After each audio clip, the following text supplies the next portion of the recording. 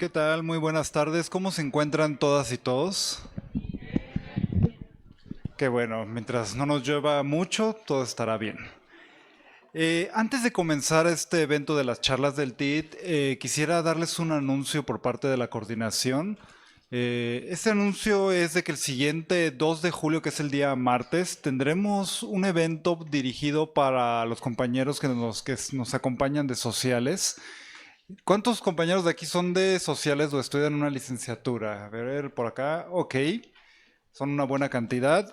Vamos a tener un evento que se llama el TID en la División de Ciencias Sociales y Humanidades, donde van a haber charlas con cada una de las licenciaturas en las cuales ustedes ya se encuentran cursando ahorita, pero para que vayan conociendo un poco lo que son a sus coordinadores, que son las personas encargadas básicamente de gestionar toda su estancia en la universidad, en las principales instancias, y para que también conozcan un poquito más a compañeros también ya directamente de su carrera. Entonces, les vamos a hacer llegar esta información a través de los pares contigo, pero también se les estamos haciendo llegar a su correo electrónico. Bueno, vamos a dar comienzo a esta charla del TID. Les pido por favor den un aplauso de bienvenida al doctor Alejandro Alberto Azaola.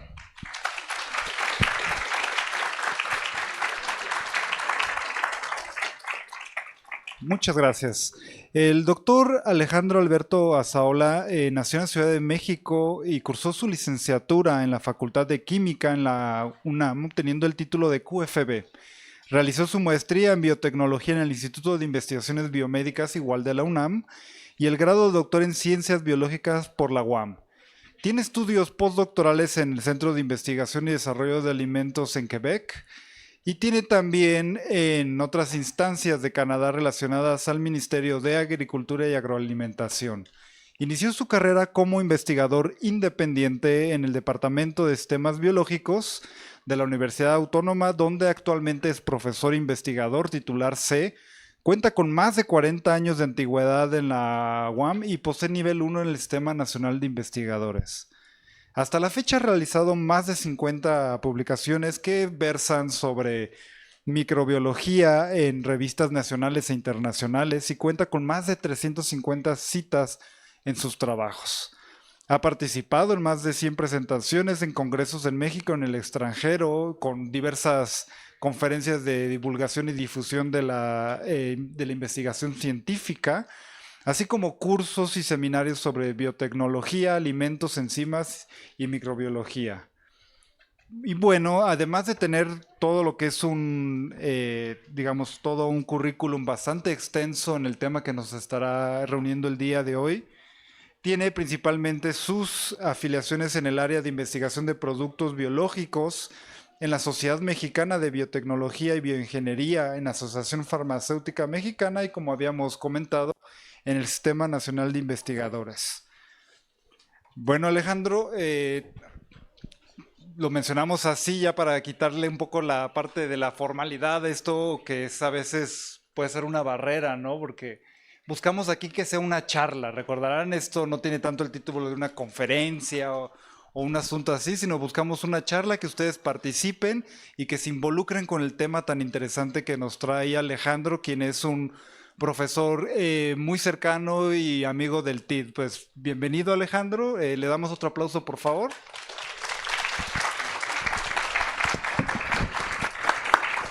Gracias, Luis, gracias, muy amable. Bueno, buenas tardes, muchas gracias por su asistencia.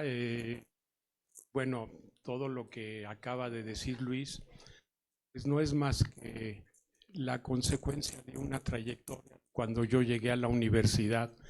Y muchos de ustedes probablemente se van a encontrar después de un montón de años, ¿ya?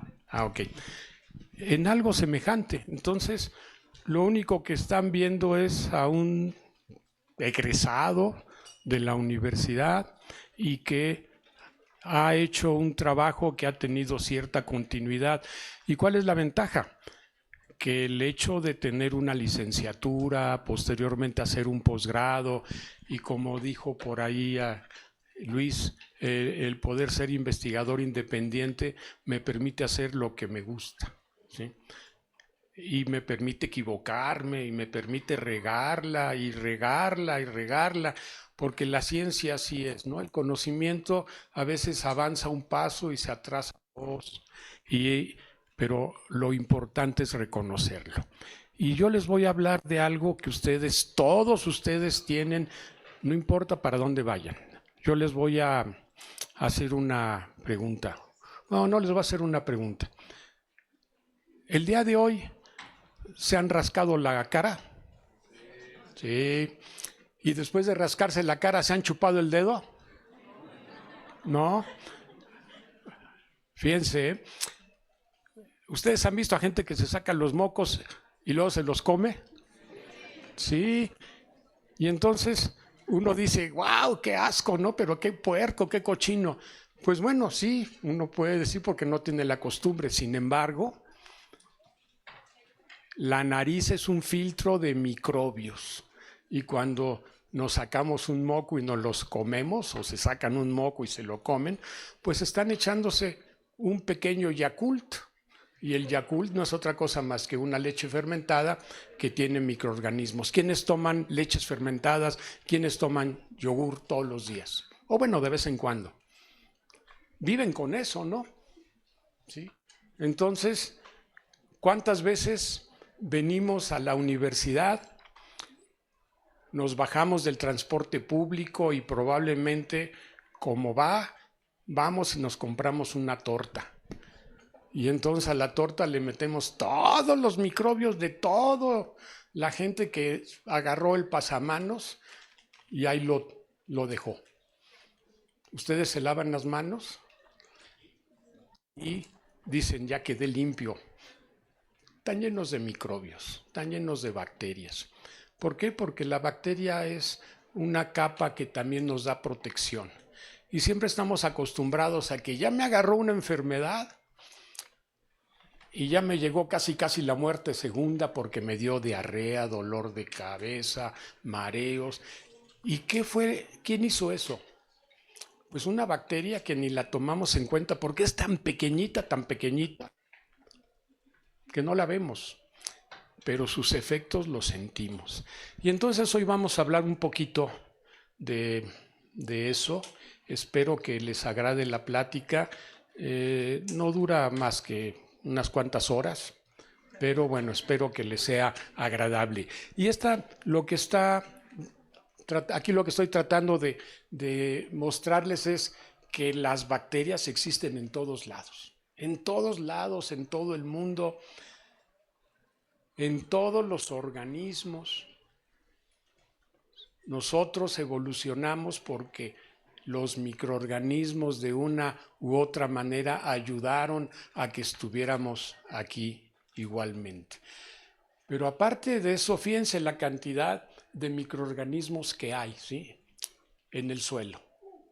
No estoy hablando de la microbiota intestinal, estoy hablando del suelo, que es una microbiota muy diversa, muy rica, muy compleja. Y fíjense, dice que en el suelo contiene aproximadamente 10 a la 13 millones de bacterias. Imagínense cuánto es eso. No lo pueden ni contar, ¿no? ¿Sí? Y hay de 4.000 a 7.000 diferentes especies en una densidad de aproximadamente 300 a 30.000 kilogramos por hectárea. O sea, la diversidad es gigantesca. Ustedes saben que de repente cuando pasan por el campo y están viendo que hay una gran producción agrícola, pues todos los implementos que tienen que usar para tener una buena producción agrícola, implementos que básicamente son fertilizantes, pero muchos de esos fertilizantes pues son restos orgánicos de animales, de vacas, estiércol, etcétera, y todo eso tiene componentes de bacterias en una cantidad bestial. Y eso es lo que nos da la riqueza. Y cuando nos comemos el maíz, pues también tiene una gran cantidad de microorganismos.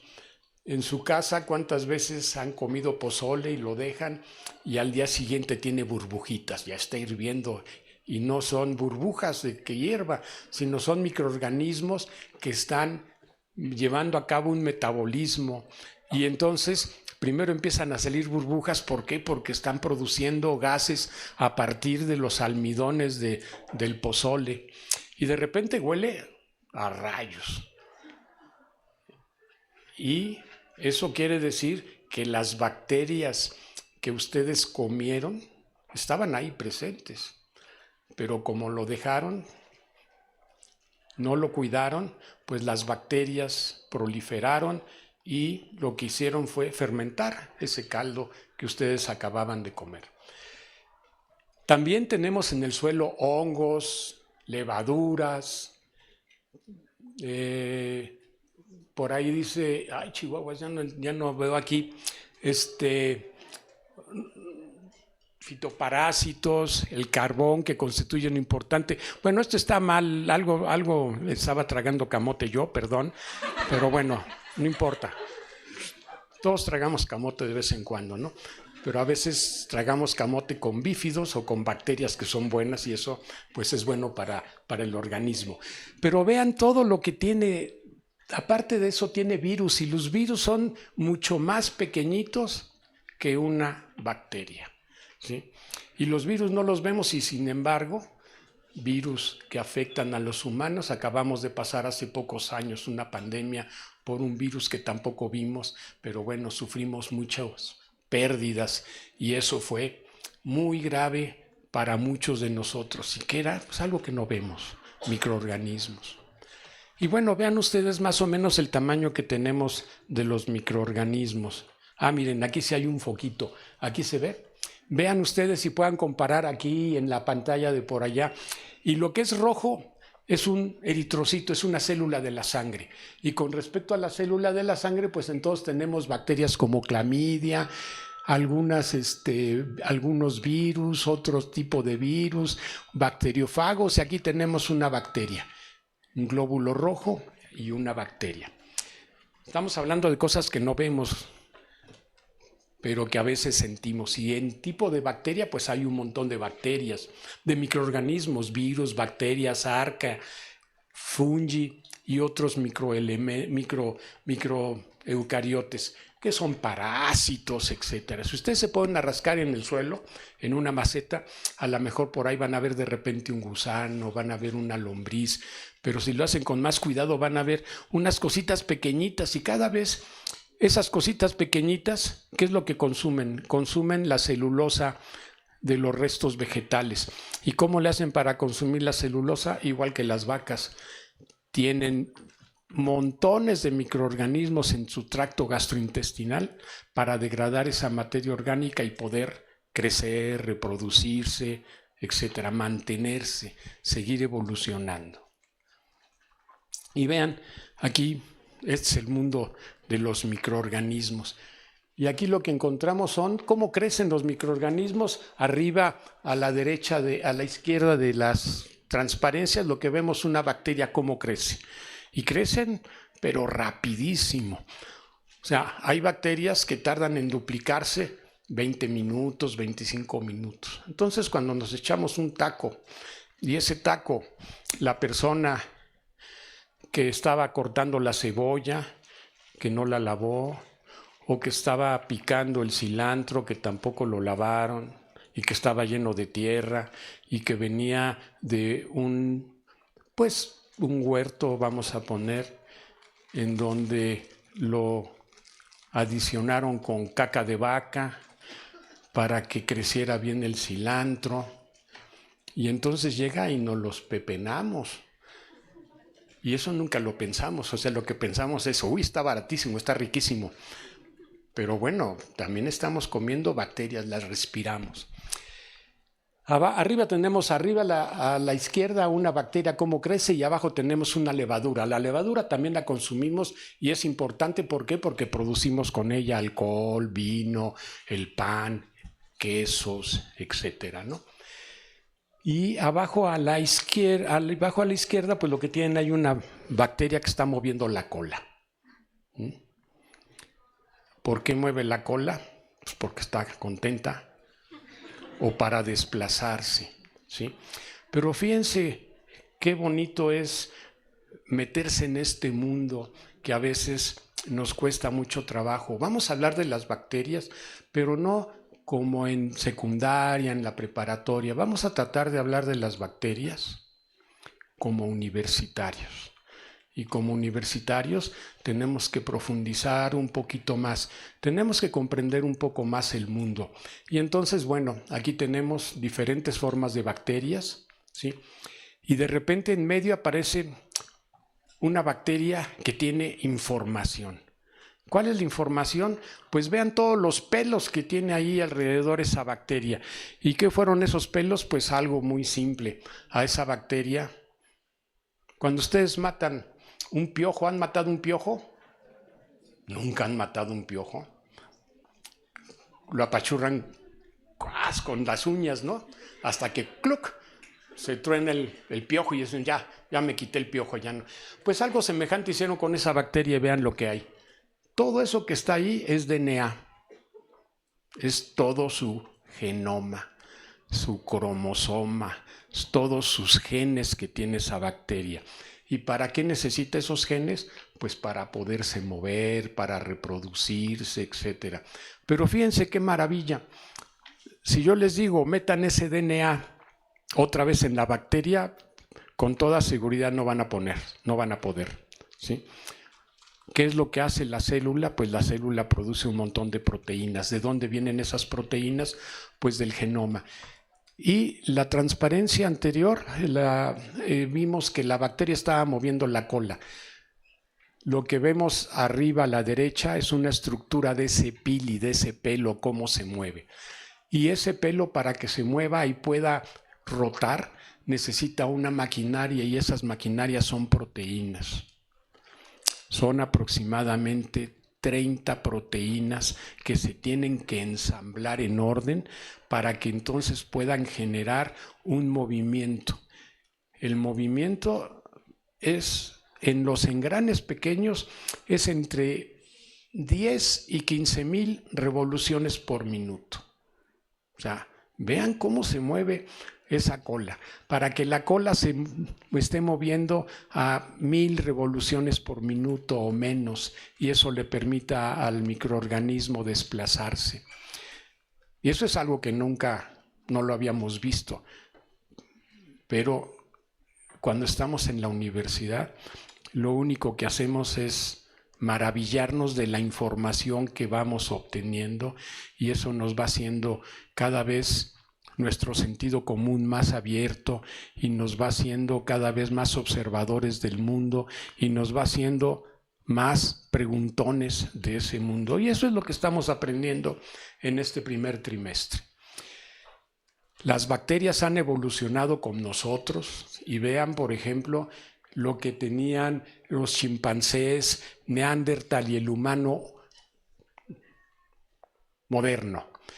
Y vean, por colores, estas son gráficas de calor, y vean que todos comparten algunos colores. Y algunos colores tienen que ver con las bacterias. Y podemos ver, por ejemplo, en ellos el color rojo. Y el color rojo son cierto tipo de bacterias. Y cómo han ido aumentando, ¿sí?, conforme hemos ido evolucionando. De una u otra manera han tenido que ver con la evolución de nosotros. De una u otra manera nos han ayudado a alimentarnos. Las bacterias que tenemos en el intestino nos ayudan a producir vitaminas, nos ayudan a producir metabolitos, sustratos que después absorbemos y de una u otra manera los utilizamos como fuente de energía. Y bueno, aquí están. Si tienen una buena digestión, van a tener buenos microorganismos. Si tienen una buena dieta, van a tener mejores microorganismos. Y ahorita, pues bueno, todos los veo despiertos, interesados. Si tuvieran malos microorganismos, a lo mejor yo puedo lanzar una hipótesis. Si tenemos una microbiota mala, nos dormimos. Puede ser, y es una hipótesis muy inmensa. O sea, pues no es mensa, puede haber una correlación ahí, ¿no? Vean históricamente y qué fue lo que hicieron con unas piezas dentales. Y con esas piezas dentales vieron que variaba la microbiota. Con esas piezas dentales vieron Y fíjense, eran piezas dentales desde restos del Mesolítico, o sea, hace 8 o 10 mil años, ¿sí?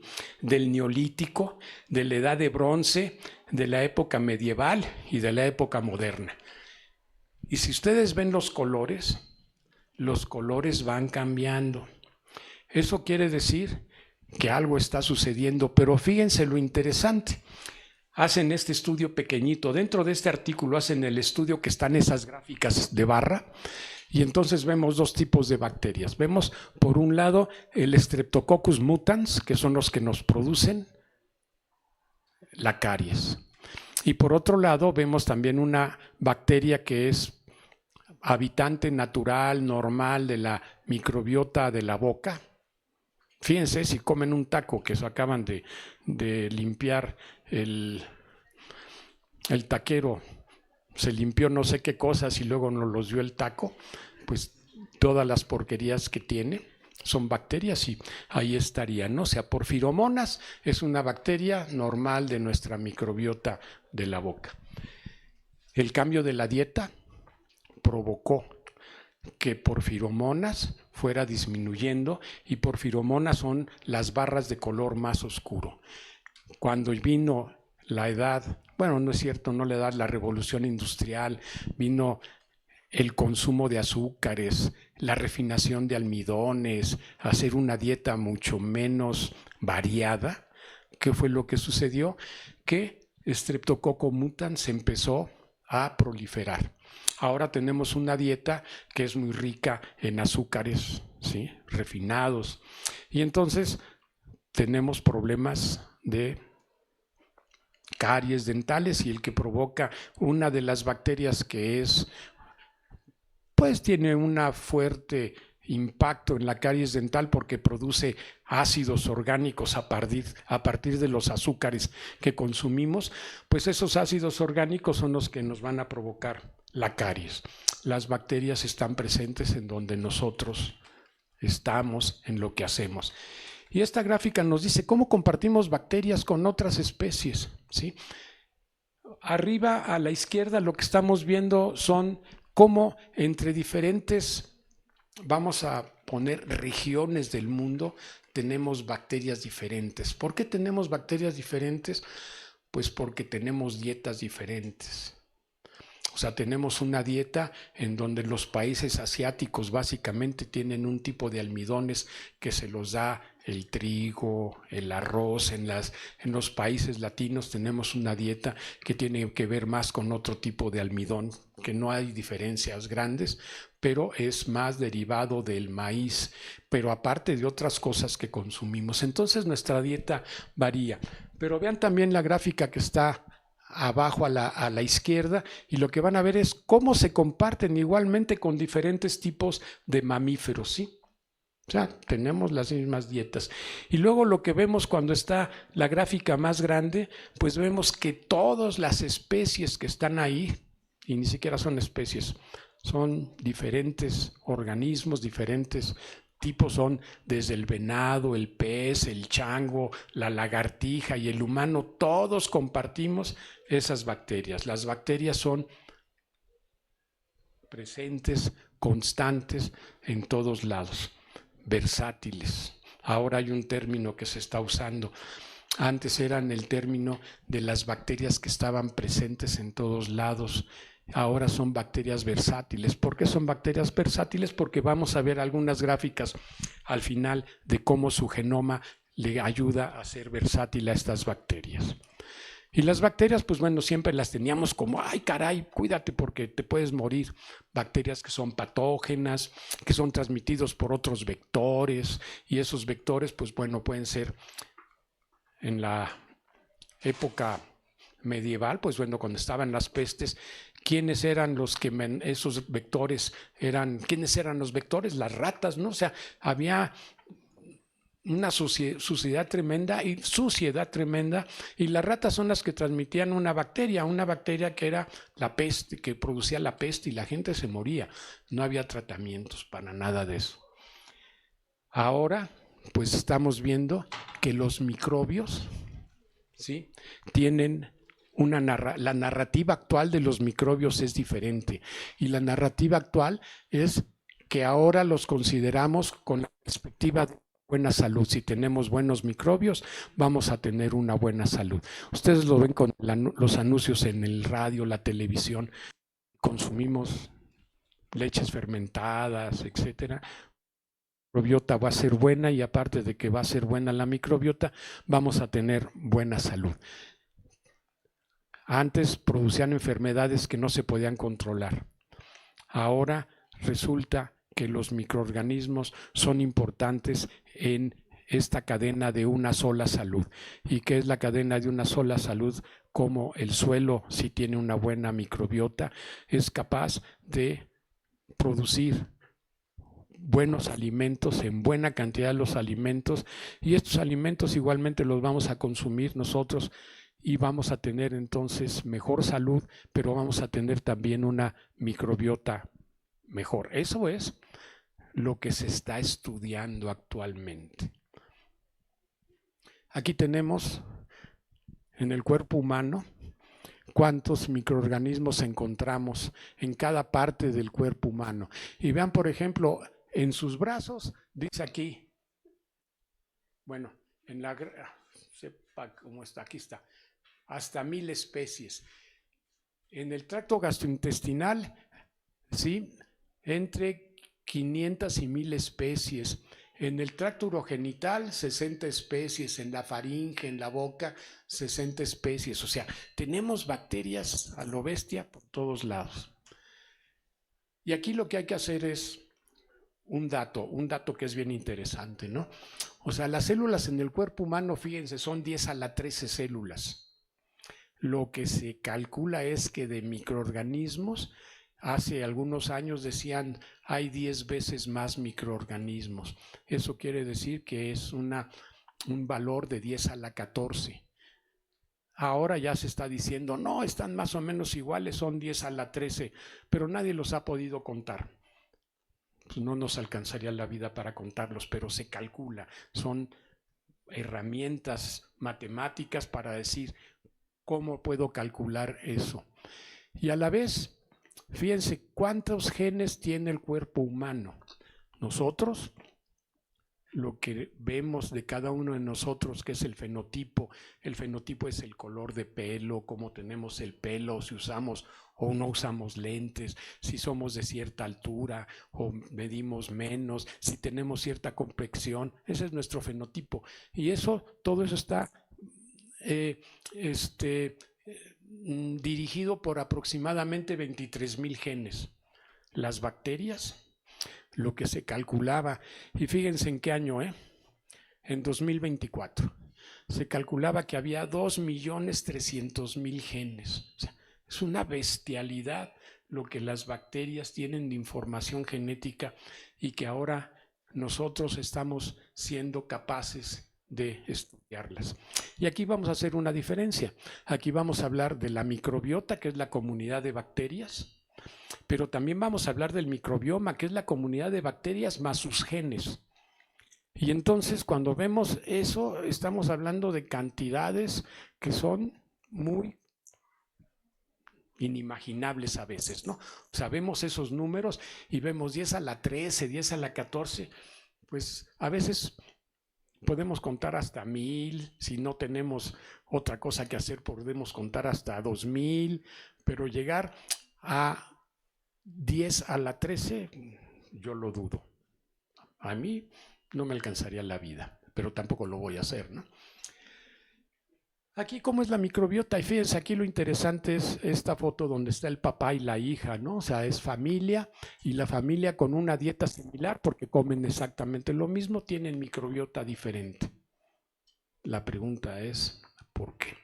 A lo mejor el papá le gustan más los tacos de suadero y a la hija le gustan los tacos que tenga bistec, pero con lechuga. Entonces hace eso que tengan una dieta, que tengan una microbiota diferente.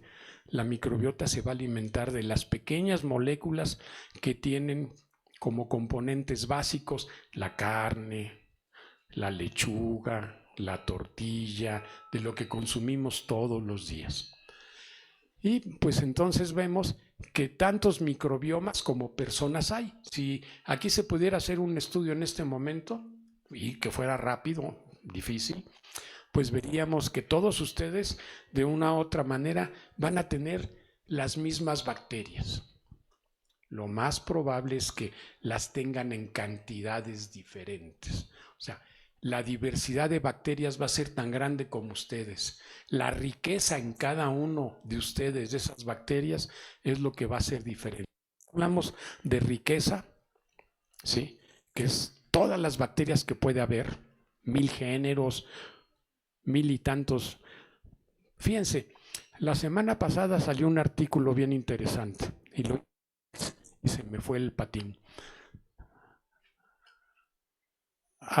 Acaban de publicar los chinos, que hicieron un estudio con aproximadamente 1400 especies diferentes de rumiantes que viven en las alturas del Himalaya y encontraron 14,000 nuevas 14,000 nuevas especies de microorganismos.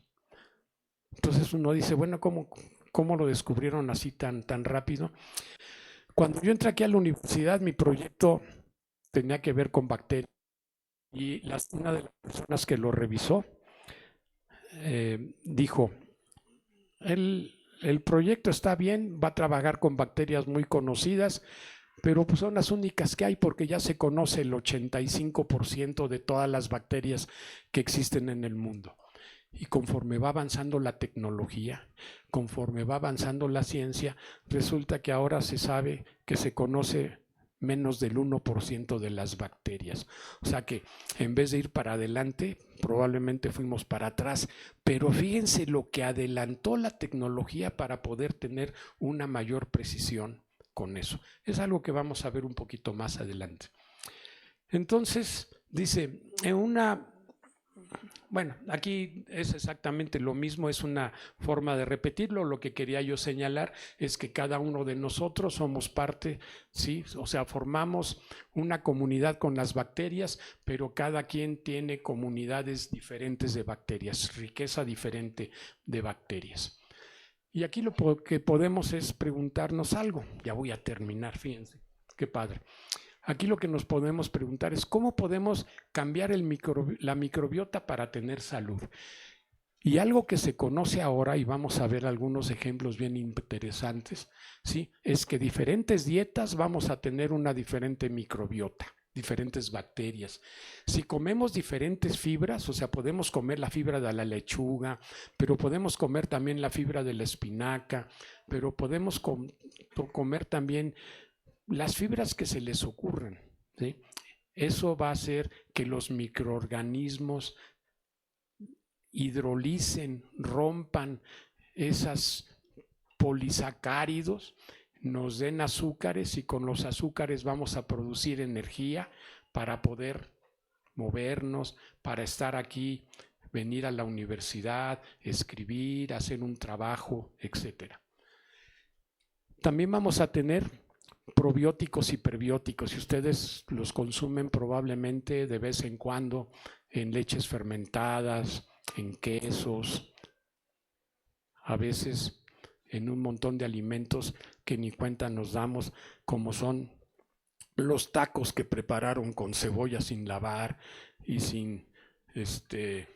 y con cilantro sin lavar. Bebidas fermentadas. ¿Cuáles bebidas fermentadas conocemos? Un montón, los quesos, es una de esas. ¿Cuál otra bebida fermentada? O sea, como tal, el tepache, el pulque, los vinos, etcétera. Todo eso tiene que ver con los microorganismos, con qué cosas hacen los microorganismos y cómo esos microorganismos de una u otra manera nos van a alterar algo, que es lo que está a la izquierda de esta figura. Y en esa figura vemos cómo nuestra respuesta inmune es enriquecida por la presencia de microorganismos. La respuesta inmune nosotros la desarrollamos desde que somos pequeños. Algo que es un ejemplo un poco viejito, que decían probablemente las abuelas, las bisabuelas, porque mi abuela probablemente será su tatarabuela, ¿no? Pero siempre se ha dicho, los niños que nacen por parto normal y son alimentados con leche materna son más saludables. ¿Por qué son más saludables? Porque tienen una microbiota diferente, tienen una microbiota que cuando uno nace se infecta de todas las bacterias de la madre que tiene en el tracto vaginal. Y de esas tiene un montón de bacterias que son las bacterias lácticas que tienen ustedes, que consumen en los yogures. Bifidobacterias que igualmente consumen en algunos yogures o bebidas fermentadas. Y eso es nuestro primer alimento y va a ser lo primero que el cuerpo va a recibir como elementos extraños y va a empezar a desarrollar una respuesta inmune. Cuando no tenemos, cuando nacemos o han nacido por cesárea, pero aparte de eso no son alimentados con leche materna, la microbiota es completamente diferente. La pregunta es buena o es mala, no se sabe. O sea, todavía hay muchas cosas que no se saben. Pero algo que nos decía la ciencia, vamos a poner, o el conocimiento popular. Los niños que toman leche materna son mejores. ¿Por qué? Porque antes, hace 60, 70, 80 años decían, estaba bien cachetoncito y gordito.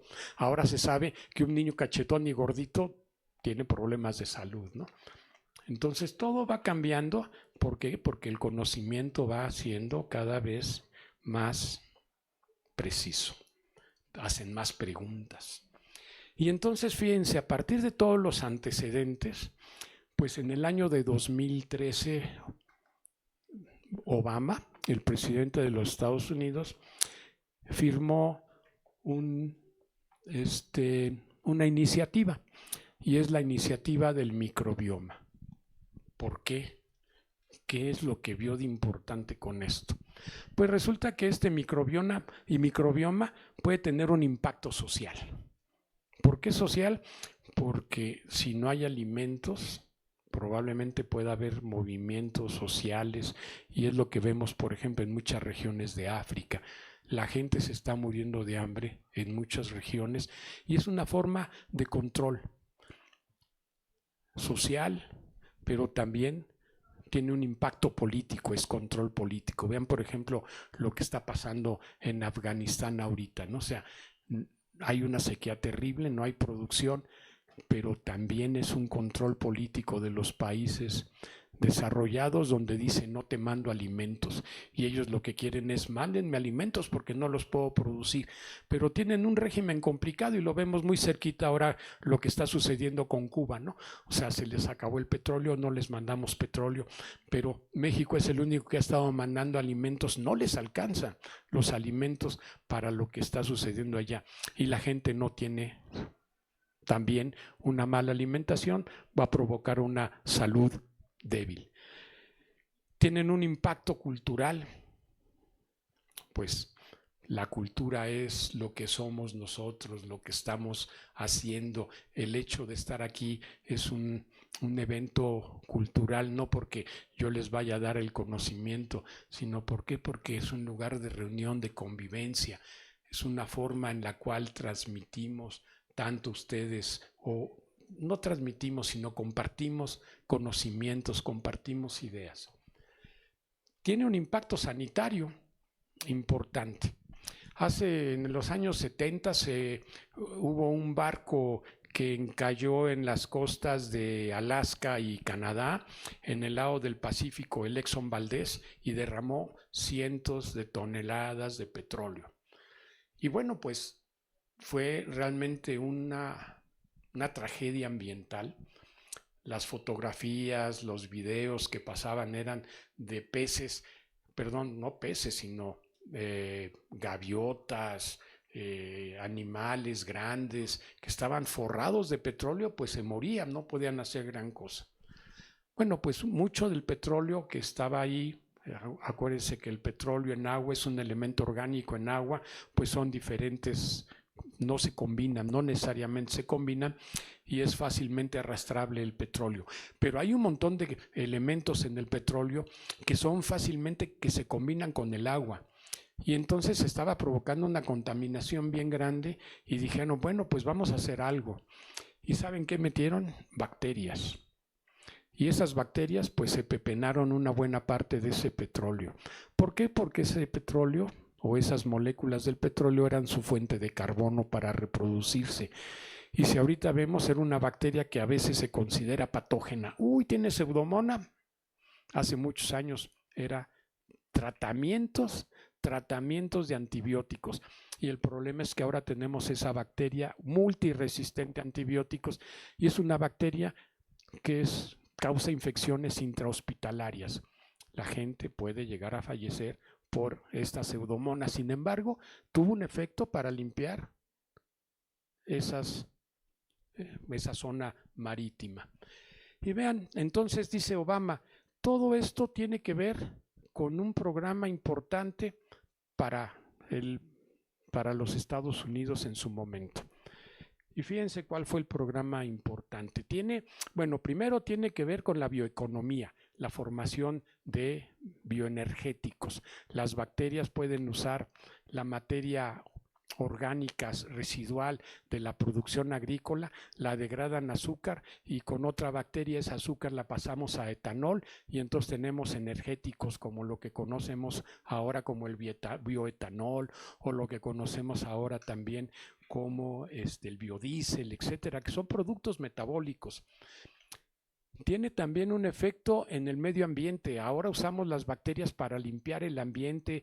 Muchas bacterias se están utilizando en el mundo y es lo que estamos trabajando para los suelos que están muy degradados, muy contaminados por todos los agroquímicos que se le usan para tener una producción buena, que es la que demanda la sociedad actualmente y la población. La producción de alimentos, pues bueno, básico, ¿no? Y la otra es en la salud. ¿Por qué? Nada más vean cuando ustedes ven un anuncio, consuman una leche fermentada, un yogur. ¿Por qué? Porque van a alimentar a su microbiota intestinal y esa microbiota intestinal les va a producir enzimas, les va a producir vitaminas, les va a producir un montón de cosas importantes para nosotros. Ahora, caray, aquí está. Me equivoqué, creo que puse al revés las transparencias, pero no importa. Esta iniciativa del microbioma, fíjense lo que decía, esta microbioma construye una base muy fuerte de soporte público, va a construir una base fuerte de soporte público y privado. Nada más lo va a dejar ahí de soporte público y privado. Y dijeron, bueno, pues necesitamos gente que invierta. Entonces Bill Gates dijo, yo pongo. Y él dijo, voy a poner $100 millones. ¿Sí? Otras personas metieron 10 millones, la Universidad de California invirtió $12 millones. Varias universidades, centros de investigación, etcétera, le metieron billete. Y esto apareció, hace poquitos días. Dice, la fundación de los Gates invirtió $100 millones y ahora dice lo que apareció esta noticia en esta revista que es de difusión un poco, no es tanto difusión científica, sino es divulgación de conocimientos, etcétera. Y dicen, los probióticos pueden ayudar a la malnutrición en las próximas 2 décadas, dice Bill Gates. Y entonces tienen una empresa que se llama, aquí está, Canvas. Y esta empresa Canvas es una empresa tecnológica, tiene puros científicos que están trabajando ahí. ¿Y qué es lo que están haciendo? Esta porquería no se ve porque no lo pude agrandar más, pero lo que está diciendo es que Canvas Biosciences desarrolla una pastilla con bacterias saludables para tratar una enfermedad intestinal que afecta a unos 150 millones de chicos en el mundo y les impide absorber nutrientes. La fundación financia este proyecto que apunta primero a mujeres embarazadas y a sus bebés. O sea, el señor lo único que hizo es, con toda lo abusado que es, dijo, yo ahí invierto porque no es que yo sea buena gente, voy a invertir para el desarrollo científico, para la población ayudarla, ni chicles, ¿no? O sea, lo que dijo, imagínense si su población son 150 millones de personas y les va a vender algo semejante al Yakult, pero eso va a tener aproximadamente 100 bacterias, pues ¿cuánto dinero va a ganar? Entonces, buena gente, no crean. Negociante, sí lo creo. Pero eso quiere decir que el conocimiento científico ahora tiene un valor agregado inmenso. Y eso es algo que tenemos que ver. No quiero decir que se vuelvan ustedes como Bill Gates, pero quiere decir que el interés político y económico de los microorganismos aquí está presente. ¿Qué es lo que hacemos ahí en el laboratorio? Aquí alguien que ha trabajado con nosotros está la maestra Angélica Jiménez y bueno, siempre nos ha ayudado y es maestra de ustedes, ¿no? Por aquí creo que no está la maestra ya que Janet González, pero bueno, debe estar en el internet viendo esto seguramente. Y vean lo que trabajó hace muchos años una chica, Eva Segundo. Ella hizo la maestría en ciencias agropecuarias en el año 2013-2017. Y yo lo que les puedo decir, estos son resultados que todavía no terminamos de analizarlos, pero fíjense lo que nos dio estos resultados. Dice, estudió 2 sistemas, realmente estudió 7 sistemas diferentes de producción, pero únicamente estamos aquí mostrando 2. Un sistema ecológico y un sistema convencional de producción de maíz. El sistema convencional, ¿qué es lo que usa? Fertilizantes químicos, usa herbicidas como el glifosato, utilizaba un montón de porquerías. El sistema ecológico, ¿qué es lo que usaba? Todo lo que sobraba de la producción anterior, todo el rastrojo, la materia orgánica la dejaban, tenía poco movimiento, bueno, tenía movimiento de la tierra nada más para enriquecer el oxígeno, la oxigenación y los microorganismos. Y vean, lo hicimos en 2 ciclos agrícolas, en seca y lluvia. Y entonces lo que vimos es que estas bacterias, ustedes ven 2 círculos, todo lo que se combinan nos está diciendo que había 44 bacterias que eran comunes para los 2 suelos. Había bacterias que eran exactamente particulares de un sistema convencional y eran particulares de un sistema agrícola. 5 bacterias que existían en el sistema ecológico no existían en el convencional. 7 géneros que existían en el sistema convencional no estaban en el sistema ecológico. O sea, lo que significa, tenemos un montón de bacterias, la riqueza es la que es diferente. Y ahora yo les puedo hacer la pregunta, con lo que nosotros hicimos en ese momento hace 10 años aproximadamente, a lo mejor ya no vamos a encontrar 5 géneros que no están presentes. Podemos encontrar muchísimos más géneros. La tecnología se ha ido afinando.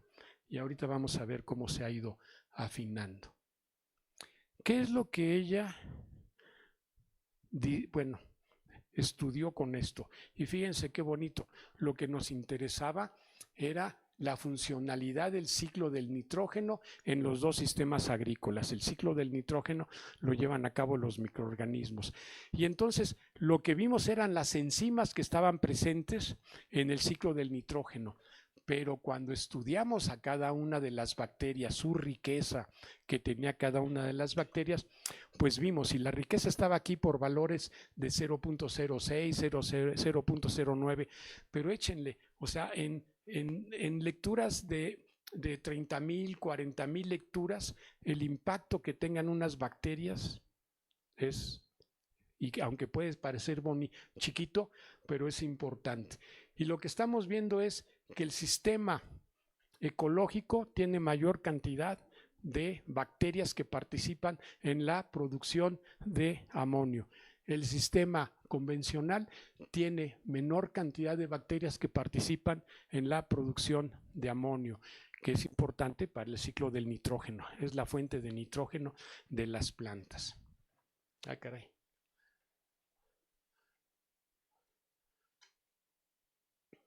Déjenme regresar aquí. Aquí. Con todo esto, por eso fue que me equivoqué. Con todo esto que se está conociendo, se está preguntando ahora, bueno, ¿cuáles son las bacterias que participan en el suelo? Aquí están. Pero ya no son las bacterias que participan en el suelo. Ahora lo que se está preguntando son las bacterias que tienen una relación muy íntima con las raíces de las plantas, ¿sí? O sea, están en la rizósfera y son importantes. Pero ahora viene la pregunta, ¿ya son las bacterias que están en la rizósfera, son las bacterias que están en el suelo o también son las bacterias que están en la planta, que están en la parte vegetativa de la planta, en las hojas, en las flores? Entonces todo eso tiene importancia, no se puede quitar, ¿sí? Antes uno no se preguntaba si había bacterias o no en el suelo. Ahora no es las bacterias del suelo, sino son las bacterias que tienen una relación muy íntima. Y ahora la pregunta es, una bacteria con otra bacteria, ¿cómo se comunican para ejercer un efecto positivo en la producción agrícola? Y es algo que empezamos a preguntarnos ahí algunas personas en la universidad, ¿no? ¿Cómo lo podemos estudiar? ¿Esto qué implica? Fíjense la cantidad de dinero que metió Bill Gates, $100 millones. Vio un montón de dinero que se está ahí invirtiendo. Un montón de publicaciones científicas que tienen que ver con el desarrollo del conocimiento de los microorganismos. Y todo eso de una u otra manera nos permea a nosotros. ¿Cómo nos permea? Hoy su sentido común de las 4 de la tarde al sentido común de lo que tenemos a las 5 de la tarde es diferente, ¿no? O sea, nos llegó un poquito más de información y ahora muchas cosas las vamos a pensar un poquito más. No por lo que el riesgo que puede causar, sino por la riqueza que nos puede dar, y eso es lo más importante. Entonces se están haciendo preguntas de cómo es esta interacción. Bueno, aquí está el modelo con las enzimas y cuáles eran las enzimas que cada una de las bacterias estaba proporcionando para la fijación del nitrógeno. Aquí está otro ejemplo. Dice, este es un estudio que estamos preparando, o sea, está el título en inglés porque es lo que tenemos, y dice, este es un trabajo que se hizo en el 2016-2019. ¿Con quién se hizo? Con compañeros de ustedes que ingresaron en 2016-2019, y entonces se hacía un estudio de su microbiota, pero se hace un estudio también de sus, vamos a llamar, sus características que tienen que ver con la composición corporal, etcétera. O sea, personas con obesidad, personas con sobrepeso, personas delgadas, y veíamos cómo compartían estos microorganismos. Y vean la cantidad de lecturas que nos daba. Dice, considerando la biomasa corporal, la abundancia de las secuencias recuperadas por género fue de 206.398 lecturas. Y ahora organiza esas 206.000 lecturas, pues aquí ya interviene otro tipo de ciencia, la bioinformática.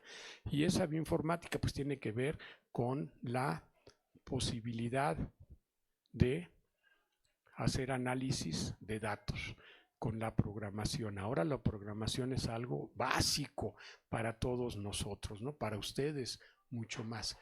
Dice, de esas 206.000 lecturas, ¿por qué lecturas? Porque lo que hacemos nosotros no trabajamos con los microorganismos como tal. A los microorganismos les extraemos el DNA y con ese DNA buscamos un gen, y ese gen hacemos la secuencia de ese gen, y entonces ese gen es muy particular para un reino, que es el reino de las bacterias. Pero ese gen también nos va a definir a qué género pertenecen esas bacterias. ¿Por qué? Por la secuencia únicamente de las bases. Y entonces vemos que de esas 206.000 lecturas, 25.000, ¿sí?, de las cuales 25,000 eran para la gente delgada, 37,000 para la gente con sobrepeso y 27,000 para la gente con obesidad. En contraste, se encontraron 40,000 lecturas para las mujeres delgadas, 34,000 para las mujeres con sobrepeso y 29,000, perdón, hombres, para los hombres con obesidad. La dieta tiene que ver con todo eso. ¿Y qué es lo que vemos aquí? Pues estamos haciendo el estudio para ver cómo están, cuál es el impacto de cada una de estas bacterias, del género de estas bacterias. Entonces encontramos que en mujeres con obesidad, pues alístipes tiene un impacto muy fuerte, está presente de una manera muy fuerte. En mujeres con sobrepeso, igualmente alístipes, pero ya va cambiando un poco las diferentes microorganismos que ahí tiene géneros. En el caso de los hombres con obesidad, pues lo que estaba más presente era Clostridium, y en el caso de los hombres con sobrepeso, pues lo que tenía era básicamente también Clostridium. ¿Cuál era nuestro control con el que ponemos a platicar nuestros resultados? Las personas delgadas. Ese era nuestro control. Ya voy a terminar, chicos, ya. Vámonos corriendo. Y este es otro que habla de la plasticidad. ¿Qué quiere decir la plasticidad? Algo que hablábamos hace rato. ¿Por qué las bacterias que pueden andar en todos lados son versátiles? Porque son capaces de acomodarse a un montón de medios diferentes. Son capaces de adaptarse, son capaces de estar presentes tanto en un chango como en nosotros, como en una mosca, como en el desierto, como en la montaña. En todos lados van a estar presentes estas bacterias. ¿Y qué es lo que vemos? Pues bueno, aislamos una bacteria de esos mismos chicos que trabajamos en los años 2013-2017, una bacteria que teníamos guardada, que en este caso era del género de Bacillus cereus. ¿Por qué nos interesó Bacillus? Porque es una bacteria propia del suelo, sin embargo la encontramos en gente delgada. Y cuando la aislamos dijimos, bueno, vamos a ver qué hace una bacteria del suelo en una gente delgada. Pues lo que resulta es que, bueno, este es su genoma, es la secuencia, y lo que tiene son aproximadamente 6 millones de pares de bases. Es un montón de bases, purinas, o lo que ustedes vieron cuando vieron en algún momento genética, el DNA, la composición, lo que sería la guanina, citosina, uracilo, timina, adenina, etcétera. Uracilo no. Y entonces, esto es lo que nos dio. Armamos todo el genoma, ¿sí? Y armar pedacitos chiquitos de genoma no es fácil, pero bueno, tampoco es tan difícil. Las técnicas bioinformáticas nos los permiten, las computadoras nos los permiten. Y entonces, ¿qué vimos? Aquí casi no se ve, pero bueno, está bien gacho esto. Perdonen. Pero lo que aparece aquí es que tiene una gran cantidad de información que tiene que ver con el uso de carbohidratos complejos. ¿Cuáles son los carbohidratos complejos? Pues los que comemos con la lechuga, con el almidón del maíz, con el almidón del arroz, etcétera. Es a lo que se dedica principalmente esta bacteria. Pero esta bacteria también lo que nos está diciendo, perdón por esta, yo pensé que lo se iba a ver mejor, pero pues yo lo vi bien ahí en el laboratorio, no aquí. Pero esto lo que nos está diciendo es esa plasticidad que tiene la bacteria, esa versatilidad que nos da la posibilidad de estar en un ambiente o estar en otro ambiente, y en ese ambiente acondicionarnos. Probablemente va a llegar una bacteria a un ambiente nuevo, pero esa bacteria no desaparece, probablemente disminuya la cantidad de esa bacteria, pero conforme se empieza a adaptar por toda la cantidad de información genética que tiene, esa bacteria al rato va a estar proliferando. La pregunta era, ¿por qué Bacillus cereus está en la microbiota intestinal de personas delgadas? Pues bueno, se recuperó ahí, ¿sí? Y creo que ya, terminamos. Muchas gracias, les agradezco mucho esta atención.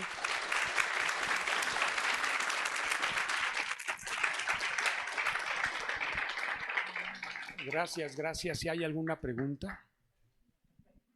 A ver, échale, por favor. Te voy a dar el micrófono. Ah, gracias, Luis.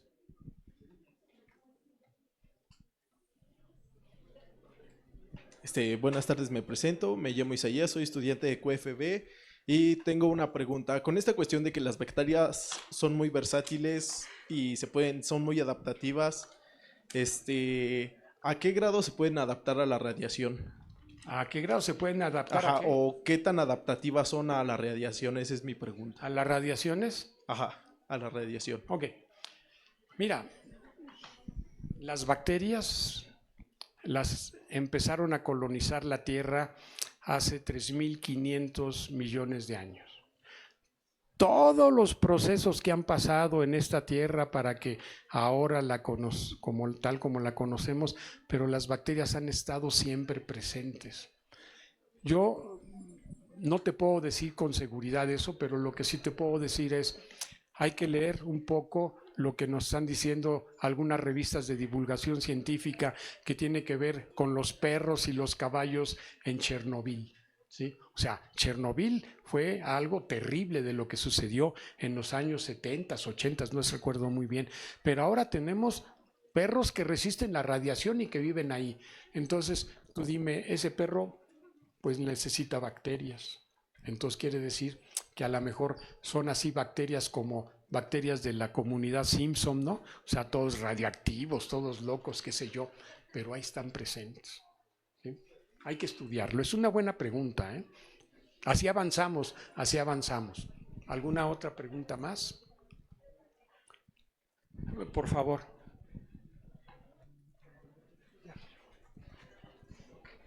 Ya llegarás con nosotros por allá a QFB, ahorita. Buenas tardes, yo tengo una pregunta. ¿Puede haber un intercambio entre personas de microbiota? Digamos que una persona X sea con un sistema muy fuerte inmunológico, pero la persona Y tenía muy bajas defensas, pero al estar estas dos personas como, digamos, en una relación, que se pueda cambiar la microbiota, digamos que esta persona ahora genere más defensas y que la otra persona ahora sus defensas bajen. Mira, ahí estás haciendo varias preguntas. Entonces hay que contestar de una en una, ¿sí? Y la primera, ¿dos personas pueden intercambiar la microbiota? Pues yo me acuerdo cuando era chico que decían, ¿cómo se dice beso en árabe? Saliva va, saliva viene. Imagínense todas las porquerías que por ahí están de bacterias, ¿no? O sea, de todas, de todas. Entonces, pero hay algo. Aquí hace rato estábamos hablando de Clostridium. Clostridium es una bacteria altamente infectiva, pero aparte de que es altamente infectiva, es resistente a los antibióticos. ¿Y qué es lo que produce el Clostridium difficile? En el año 50 y tantos, una señora se estaba muriendo en el hospital, le habían dado todos los antibióticos que existían en esa época y el médico decía, bueno, pues ¿qué le hacemos? No podemos hacerle nada. Y yo no sé cómo se le ocurrió la brillante idea, pero fíjense que las ideas pueden parecer absurdas y sin embargo son brillantes. Y dice, bueno, pues vamos a meterle de una persona que sea sana, que nos done la caca y ¡fum! Se la metemos a la señora. Y la señora en pocas horas ya se quería ir a su casa. Ya estaba bien. ¿Qué fue lo que sucedió? Fue un intercambio de microbiota, ¿sí? Entonces ahora todo esto se ha ido estudiando y ahora lo que existe en Estados Unidos y en Dinamarca, si no me equivoco, son bancos de microbiota de heces de personas sanas, ¿sí? Que tienen ciertas características. O sea, antes decía, cualquier microbiota como va, no importa, pero bueno, a lo mejor aporto bacterias buenas, pero aporto virus malos, parásitos malos. Entonces ahora se controla mucho a la gente. Ah, pues tú vas a ser donador de caca, pues vas a tener que comer tales cosas y todo controlado. ¿Por qué? Porque las capsulitas son caras, ¿eh? Entonces imagínate. No sé si está, ¿sí? Gracias. Por ahí alguien levantó la mano. Gracias, Luis, gracias.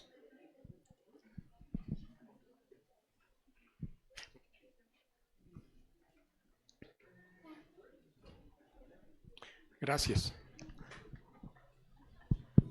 Hola, buenas tardes. Hola. Yo quiero hacerte una pregunta personal y es respecto a tus investigaciones, ¿qué cosa ha sido la que más te ha impactado a ti en tu vida? Que te haya sorprendido Híjole, por la magnitud. mira, yo creo que lo que más me ha impactado en la vida es estar aquí en la universidad y que la universidad me haya dado chance de hacer investigación y a veces regarla con esa investigación y componerla. O sea, esos 3 últimos trabajos que les presenté, estamos en procesos de publicarlo y todo. No hemos podido publicarlos, ¿por qué? Porque tenemos de repente deficiencias fuertes, pero sin embargo estamos trabajando con los resultados. ¿Qué me ha marcado? Probablemente el convivir con gente como ustedes. ¿Qué otra cosa me ha marcado? Lo que estoy haciendo, porque en mi laboratorio, en vez de pasármela serio, todo el día me estoy riendo, me la paso bien, mis alumnos y mis compañeros son buenas personas. Entonces, para mí, tengo aquí amigos por todos lados. A veces voy con mis alumnos, le digo, vamos al patio, al edificio central. Me dice, bueno, usted ya váyase porque se tarda media hora en llegar porque se encuentra con todo mundo. Y fíjense, lo más importante, dicen, es que usted platica con todo mundo. Y yo a veces voy al baño y me encuentro otro profesor y estamos hablando y estamos haciendo intercambio de conocimientos. De microbiota. No. Ay, fíjate, ¿eh? Te pasas de lanza. No. Pero no, o sea, eso quiere decir que la universidad donde ustedes están y el modelo que ustedes siguen, ¿sí? Es una universidad que les permite convivir con mucha gente y a veces, aunque digan, ay, estuve chismeando, en el chisme hay algo importante que de una u otra manera transforma nuestras vidas, y eso es conocimiento. Claro. Eso ha transformado mi vida, todo eso. Perfecto. Bonita pregunta, complicada. Bueno, de mi parte queda felicitarlo por su trabajo. Gracias. Excelente, muchas gracias. Ahí está el laboratorio N202, estamos remodelando, lo estamos rehaciendo cosas. Los que quieran ir allá a visitarnos, a trabajar, que digan, eso me interesa, tarea padre. Yo tuve un alumno hace muchos años que lo conocí en una conferencia en el Colegio de Bachilleres. Y entonces dijo, ay, me voy a ir a la UAM. Llegó a la UAM, cuando llegó a la UAM dijo, usted me dio una conferencia de esto. Dije, ay, chihuahuas, ni me acuerdo. Bueno, pues él acabó la maestría, ahora está trabajando en una universidad privada, es un buen maestro, ¿sí? Y pues fue una mera chiripa el conocernos en una plática en el Colegio de Bachilleres, ¿no? ¿Alguna otra pregunta? Van a hacer que Luis baje de peso, ya está flaco y lo traen de un lado a otro aquí de la sala, pero bueno, le agradecemos mucho a Luis. Aquí está a tu izquierda, por favor.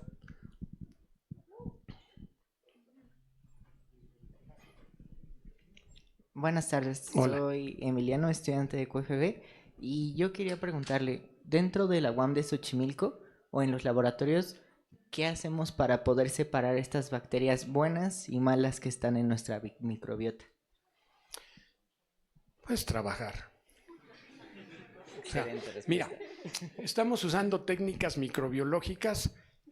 Cuando fue la pandemia, yo estaba trabajando con mis alumnos en línea y entonces decíamos, el trabajo de investigación, no, pues no se puede. Lo hicieron, aislaron bacterias buenas, ¿por qué? Pues porque estaban encerrados en su casa. Dije, bueno, vamos a trabajar con bacterias buenas. Pero hicieron sus medios de cultivo, trabajaron exactamente igual, me imagino que como trabajaron los primeros microbiólogos como Pasteur, ¿no? O sea, hay que hacer un medio de cultivo muy rico, hiervan carne, pero antes de hervir la carne le van a poner semillas de piña el corazón de la piña o semillas de papaya. porque tiene enzima y degrada la proteína de la carne, y entonces vamos a tener un medio muy rico en proteínas. Van a meterle azúcar de la que usan para endulzar el café, agua de la llave que tiene minerales, y pues ahora le pusieron grenetina. Digo que no coagula muy bien, pero hicieron medios de cultivo y lo aislaron. ¿Cómo separamos las bacterias buenas de las malas? Yo aquí no te puedo decir si todas son buenas, todas son malas. Yo lo único que te puedo decir ahorita en este momento es que hay bacterias que te causan enfermedad porque hay un desequilibrio. De alguna otra manera esas bacterias se desequilibraron y entonces proliferaron las bacterias malas. Pero si tenemos una buena dieta, fíjense, ¿cuántas veces a la semana tú comes tacos que están preparados del nabo? ¿Nunca? No, casi no. Ay, a mí se me... Bueno, a ver, ¿cuántos comieron tacos esta semana? Y están aquí, quiere decir que no se han enfermado y tragaron bacterias a lo bestia. Entonces, ¿qué es lo que hace una bacteria buena y hace una bacteria mala? Un desequilibrio nada más, ¿no? Por eso es que decía su compañera, el trasplante fecal es una forma de cambiar la microbiota de bacterias muy malas que provocan la muerte a una microbiota normal. No, no te preocupes, pero bueno, es una buena pregunta, ¿eh? Muchas gracias. No, no, no. Al contrario. A ver, aquí estaba, aquí, luego allá atrás. Gracias. Gracias. Buenas tardes. Me Hola. llamo Magdiel y yo también soy para QFB. Mi pregunta, más que nada es un planteamiento. Si una mamá tiene 2 hijos y uno nace de forma natural y se le da pecho y otro nace por cesárea y no se le da de pecho, ¿en algún punto la microbiota del hijo que se le dio pecho llegaría a ser más similar que el de la madre?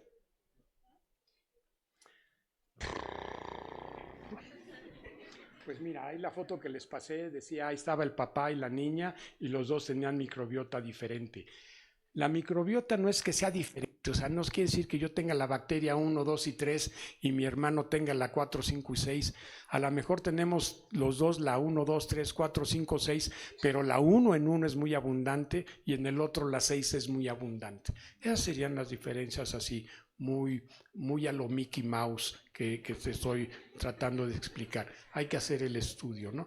Lo único que sí es hace muchos años, cuando empezó todo este choro, fue un estudio que hicieron en Estados Unidos y entonces agarraron microbiota de 2 gemelos, uno obeso y otro, uno con obesidad y otro delgado, y se las dieron a las ratas, o sea, hicieron un trasplante fecal en ratas. Primero a las ratas las trataron con antibiótico para matarle todas las bacterias que pudieran tener en el tracto gastrointestinal. Y luego les metieron a las ratas, todas las ratas iguales, delgadas y todo, les metieron microbiota de la persona con obesidad, del gemelo con obesidad, y a la otra persona la microbiota o la caca de la persona que era delgada, ¿no? Y las alimentaron exactamente igual. Igual alimentaron a las ratas. Y después de cierto tiempo, las ratas que tenían la microbiota de la persona obesa eran obesas. Y las ratas que les habían trasplantado la microbiota de la persona delgada eran delgadas. Entonces, ¿qué concluyes? Que a lo mejor ya es algo fijo y que no se puede cambiar. O que hay bacterias que van a proliferar más la producción de compuestos que producen obesidad, ¿no? O sea, eso es algo que tenemos que trabajar todavía, ¿no? Se ha estado trabajando mucho. O sea, la gente dice, uy, ya se conoce todo, no es cierto, no conocemos nada. Al último, cada vez, fíjense, cuando más estudiamos, más ignorantes somos.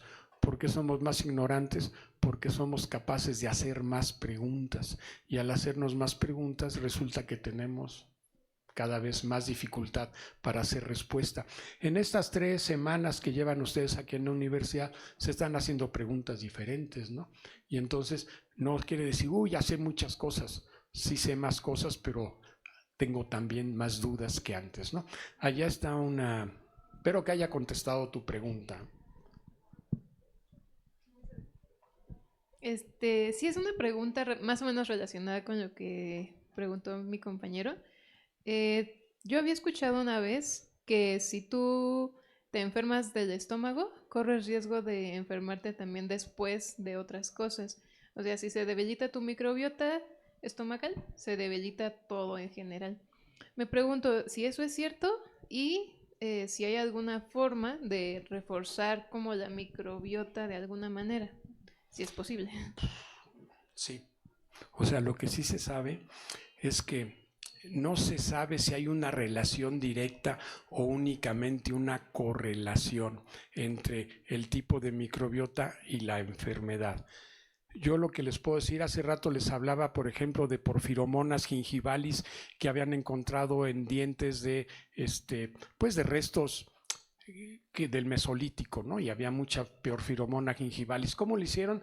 Pues hicieron un raspado, extrajeron el DNA de todo eso que estaba seco y vieron que había porfiromonas y vieron un montón de secuencias más del DNA para otras bacterias.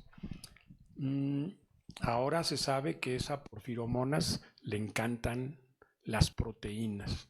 Y entonces de la boca va migrando, migrando y llega al cerebro. Y cuando llega al cerebro degrada algunas proteínas y ¡cuas! La gente puede tener Parkinson. Entonces hay una correlación por ahí, ¿no?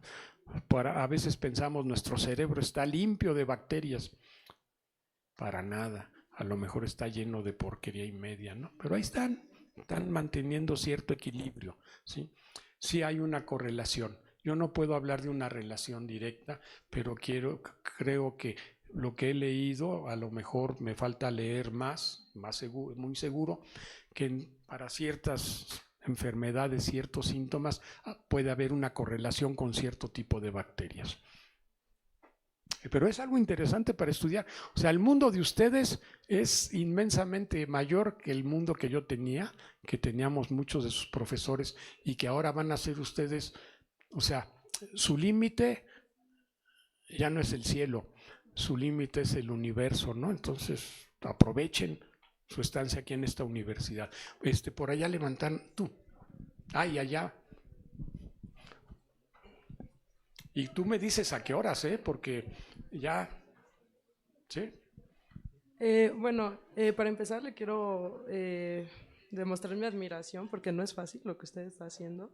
Y bueno, mi pregunta es sobre que empezó a enseñarnos de que las bacterias han estado desde la historia, bueno, de que está como la evolución de la humanidad. Mi pregunta es si esas bacterias han estado desde que, o sea, está el inicio de la Tierra, o sea, prehistóricamente. Sí. Mira, gracias a las bacterias tenemos la concentración de oxígeno que ahora en la Tierra, en nuestra atmósfera existe. Y gracias a esa concentración de oxígeno nosotros pudimos evolucionar y somos lo que ahora somos. Las bacterias estuvieron ahí presentes, haciendo de una atmósfera o un ambiente muy reductor a un ambiente oxidante con oxígeno. Y por eso estamos aquí. Entonces imagínate, tú dime si no han estado presentes toda la vida, ¿no? Bueno, no es cierto, no toda la vida porque nuestra vida es muy corta, toda la historia de nuestro planeta. Por ejemplo, ¿qué es lo que estudia la astrobiología? Pues a ver si en otros planetas hay algunos restos. Fíjense lo que están haciendo, por ejemplo, ahora que mandaron a estos robots a Marte. ¿Qué es lo que están buscando? Están buscando algunas moléculas que tengan que ver con el metabolismo de las bacterias. Y entonces si lo encuentran o lo están encontrando, pues eso quiere decir que probablemente allá también hubo bacterias o hay bacterias, todavía quieren ir a más profundidad para ver si hay algunas bacterias por ahí. Pero de repente llega un meteorito, hace poquito los japoneses mandaron a un cometa, mandaron un satélite, regresó el satélite, creo que con 500 miligramos de suelo de eso. ¿Y qué encontraron? Restos de aminoácidos. ¿Y qué son los aminoácidos? Pues son las moléculas más simples de la composición de proteínas. Nosotros los tenemos. Entonces, como decía Carl Sagan, no somos más que derivados de ese Big Bang, de esa gran explosión. Somos polvo de las estrellas, no somos derivados de ese polvo, todo está ahí presente. Bonita pregunta y interesante. Muchas gracias. Ahí había otra mano más. Ay, sopas, 2 manos más. Hola, yo le voy a hacer una pregunta y es que ¿cómo el sueño, el estrés y el ambiente influyen en la diversidad de la microbiota? Chispas. ¿Tú has leído algo, Angélica, sobre eso?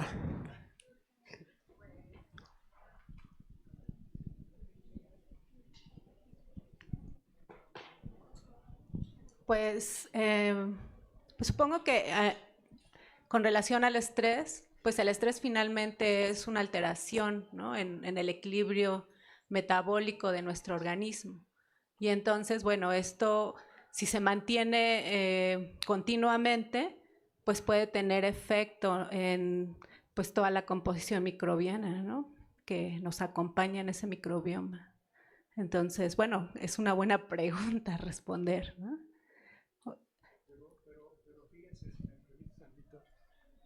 Angélica estudió lo mismo que yo estoy estudiando ahora, pero ella lo estudió en el Cinvestav, en el Poli, ¿no?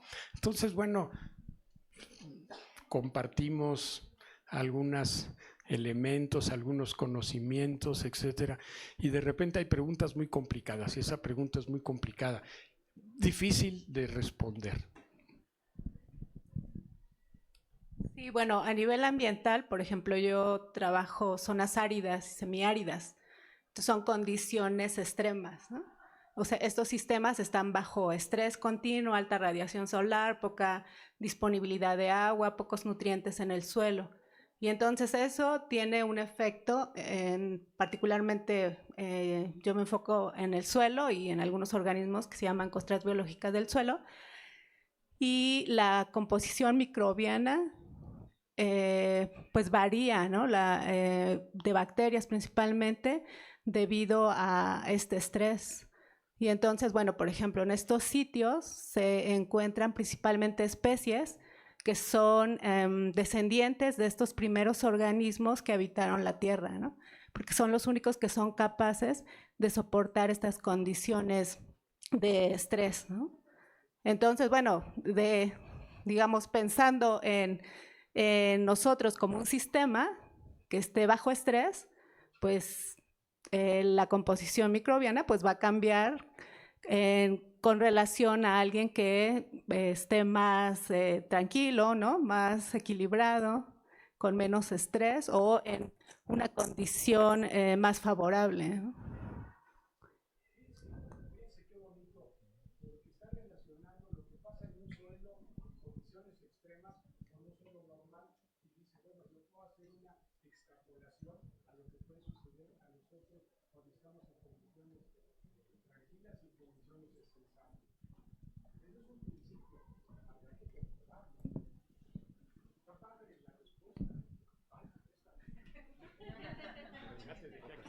Encargada del micrófono.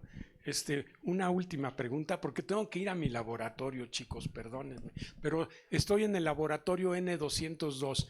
El N es el último edificio que está antes de salir a Calzada del Hueso. ¿Sí? Es una torre y estoy en el segundo piso, el laboratorio 202. Rapidísimo. Viendo la adaptabilidad que tienen las microbiotas y los diferentes tipos de microorganismos que existen, ¿bajo qué condiciones tendrían que estar para desaparecer completamente? Que haya el punto máximo, esa línea donde ya no puedan adaptarse, ya no puedan coexistir y seguir evolucionando y simplemente ahí termine su existencia misma. Ahí sí voy a hacer gala de mi gran ignorancia. No sé qué responderte. La verdad es que no tengo ni idea.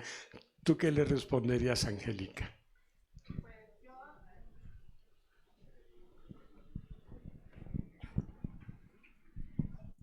Sí, yo creo que no desaparecería.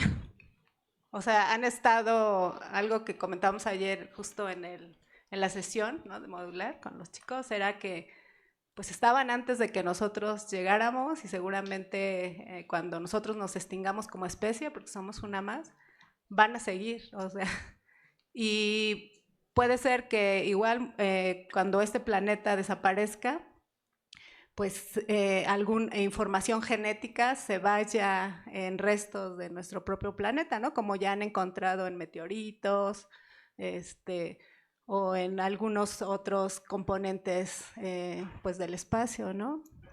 Entonces yo creo que siguen viajando. Algo que justo ayer comentábamos, yo les decía que posiblemente nosotros solamente somos un vehículo, como muchas otras especies, para que ellas sigan evolucionando en este planeta.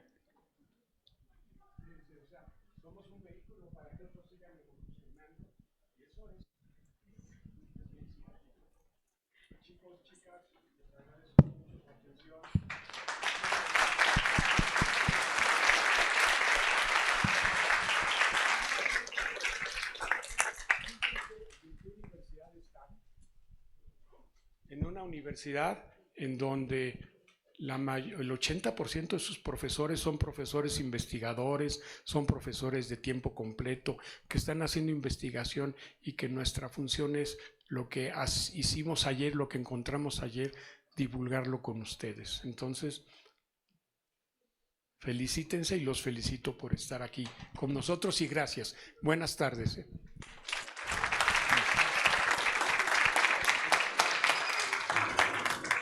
Le agradecemos muchísimo a Alejandro su charla tan amena, que nos da mucho gusto ver que logró incentivar esta curiosidad en ustedes justo por estas preguntas maravillosas que hicieron.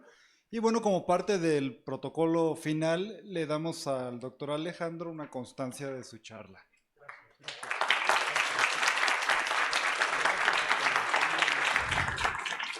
Gracias a todas y todos por su asistencia. Nos vemos el siguiente miércoles con los siguientes programas que tenemos en las charlas del TID. Hasta luego y bonita tarde.